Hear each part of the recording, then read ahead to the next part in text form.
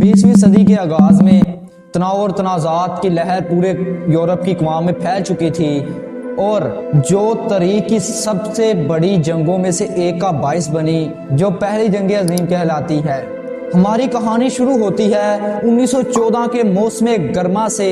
دو دوست جیمز اور تھامس یہ انگلینڈ کے ایک گاؤں میں پیدا ہوئے اور اکٹھے ہی یہ بڑے ہوئے، اور ان کے ذہنوں میں بہت سے خواہشات، بہت سے خواب تھے، لیکن ان کو کیا پتا تھا کہ ان کی زندگی ڈرامیٹیکلی چینج ہو جائے گی اور ان کی زندگی میں اتنی زیادہ مشکلات آئیں گی اور ان کو اتنے مشکل حالات سے گزرنا پڑے گا۔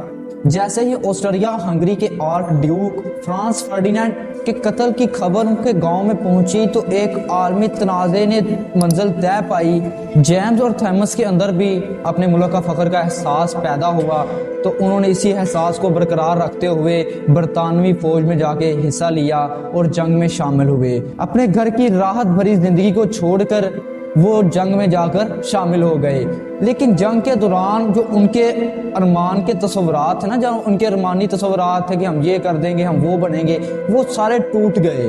اب وہ صرف ایک کیا بن گئے تھے، صرف فوجی تھے جو جنگ میں لڑ رہے تھے۔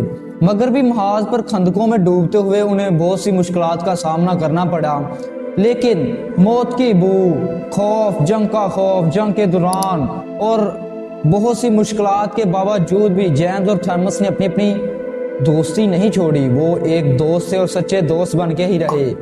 جیمز اور تھامس ایک اچھے دوست تھے اور ان کو اپنی دوستی پر بہت زیادہ ناز تھا۔ ایک دوسرے کی موجودگی میں وہ خود کو سکون میں محسوس کرتے تھے۔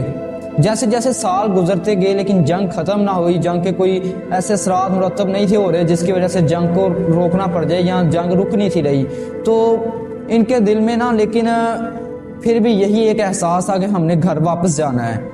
تو آخرکار ان کو بھی چوٹ اور نقصان کا سامنا کرنا پڑا، لیکن اس کے باوجود بھی وہ زندہ رہے اور آخرکار 1918 میں جنگ بندی کا اعلان ہو گیا اور کچھ ہی دنوں بعد جنگ ختم ہو گئی اور آخرکار یہ دونوں اپنے گاؤں میں صحیح سلامت واپس بھی آ گئے۔ پہلی جنگ عظیم نے دنیا کو ایک نئی شکل دے دی جس میں جسمانی اور جذباتی دونوں طرح کے نشانات تھے۔ جیمز اور تھامس کے معصوم خوابوں کی جگہ جنگ کے تلخ حقیقتوں نے لے لی تھی۔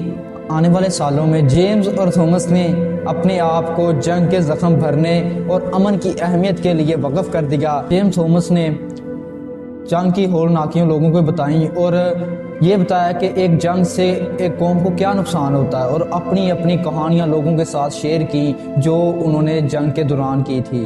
جیسے وقت گزرتا گیا دنیا نے اپنے آپ کو دوبارہ پھر تعمیر کیا اور جو نقصانات ہوئے تھے ان کو دوبارہ بھرنے کی کوشش کی۔